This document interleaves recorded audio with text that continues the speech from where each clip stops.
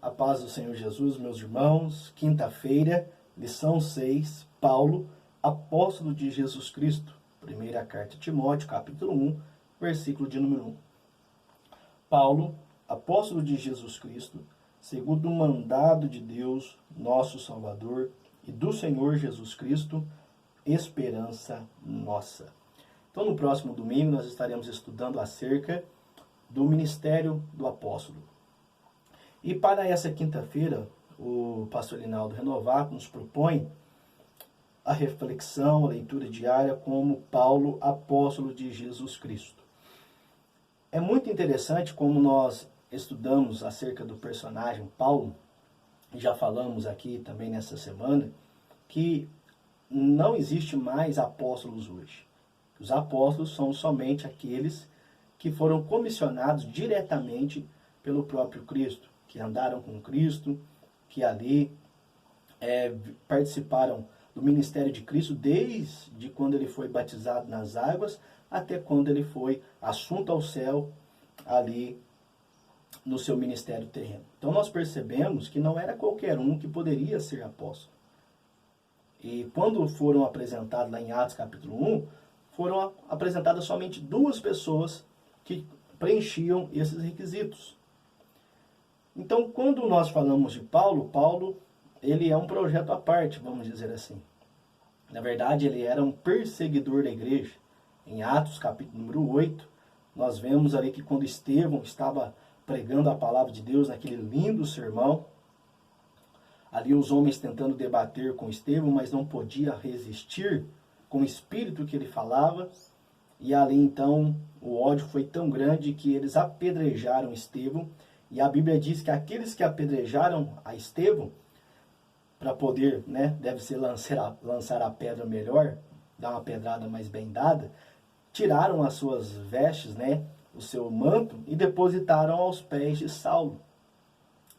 E ali, logo no capítulo no final do versículo capítulo 8, capítulo 9, nós vemos ali que Saulo se embrenha numa perseguição terrível à igreja, aos cristãos, aos seguidores de Cristo, chamado aqueles do caminho.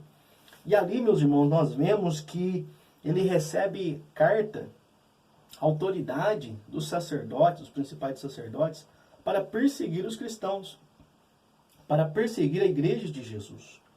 E ali, em Atos, no capítulo 9, quando ele está indo para Damasco, ele ali tem uma experiência tremenda. Cristo se apresenta a Saulo, chamando-lhe pelo nome: Saulo, Saulo, por que tu me persegues? Aquele resplendor de luz foi tão grande que Saulo caiu por terra. Ficou cego na mesma hora, tipo de uma escama, tampou-lhe os seus olhos, não enxergava nada. E ele disse: Senhor, quem és? E Jesus lhe respondeu: eu sou Jesus, a quem tu persegues. Perceba que ele não estava perseguindo a Cristo até então. Ele estava perseguindo os discípulos, a igreja de Jesus. Mas Jesus disse: olha, esta é a minha igreja. Então, quando persegue-se a igreja, quando maltrata-se a igreja, na verdade está fazendo uma afronta, está perseguindo ao próprio Cristo. E ali, meus irmãos, além de Paulo ser salvo, ele também foi comissionado como apóstolo de Jesus. Quando ele ali entra na casa de Judas, segundo a ordem do próprio Cristo, ele fica ali orando, jejuando cerca de 3 dias, e Ananias é mandado por Deus, mandado por Cristo, a ir ali na casa de Judas, pôr as mãos sobre Saulo para que ele pudesse ver, e logo ali lhe dar as diretrizes da ordem de Deus acerca de ele ser um apóstolo, de ele ser um pregador dos gentios, de ele comparecer diante dos reis. E na própria mensagem está: e eu lhe mostrarei quanto deve padecer-lhe pelo meu nome. Então, meus irmãos, a chamada, a vocação, a conversão de Saulo é algo muito lindo, e eu aprendo algumas lições que eu quero compartilhar com os irmãos. A primeira coisa, que Jesus é a autoridade maior. Saulo achava que estava abafando, como diz o caso. Ele achava que estava por cima. Ele achava que estava dominando. Mas houve um momento que ele se deparou com a autoridade de Cristo E ali Cristo o desbaratou. Cristo o desmantelou. E quando ele cai no chão, ele já chama Cristo de Senhor. Senhor, Senhor, reconhecendo que aquele ser que lhe apareceu é muito mais superior do que ele. É maior do que ele. E Jesus responde, eu sou Jesus a quem tu persegues. Então ali Jesus mostra para Saulo que ele é o maior. Que ele sim foi perseguido, que ele sim foi chicoteado, esbofeteado, foi caluniado, morreu numa cruz, foi sepultado, mas ao terceiro dia ressuscitou e está vivo para todo sempre. Louvado seja Deus. Então logo nós percebemos que Saulo, ele não foi apóstolo por vontade de homem. Não porque alguém quis que ele fosse. Porque se fosse assim, jamais ele teria entrado. Mas ele é apóstolo segundo o mandado de Deus. Pela vontade de Deus, pela vontade de Jesus. Né? Outra coisa também que me chama a atenção na vida de Paulo é que Jesus tem poder para salvar qualquer pessoa. Jesus tem poder para salvar qualquer pessoa e perdoar qualquer pecado. Perceba que Saulo era um perseguidor da igreja. Mas o amor de Deus foi tão grande que lhe alcançou, lhe perdoou os seus pecados. Então Saulo agora, de perseguidor, passou a ser perseguido. E Paulo, ele é aquele que mais vai falar da graça de Jesus. Mais vai falar acerca do perdão dos pecados. Possivelmente quando ele escreve 2 Coríntios 5,17, possivelmente ele se referia a ele mesmo. Aquele que está em Cristo, nova criatura é. As coisas velhas se passaram, eis que tudo se fez novo. Então, quando olhamos para Saulo, olhamos para Paulo, percebemos o grande amor de Deus e que Jesus tem poder de perdoar qualquer pecado e de alcançar qualquer pessoa. Não existe pessoa irrecuperável para Deus.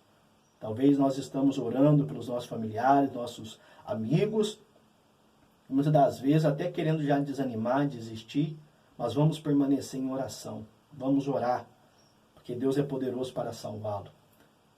Se ele desejar, se ele quiser, eu me refiro à pessoa, abrir o seu coração, Jesus pode alcançá-lo, Jesus pode mudá-lo, transformá-lo numa nova criatura para a glória de Deus e fazer dele um pregador ainda do Evangelho.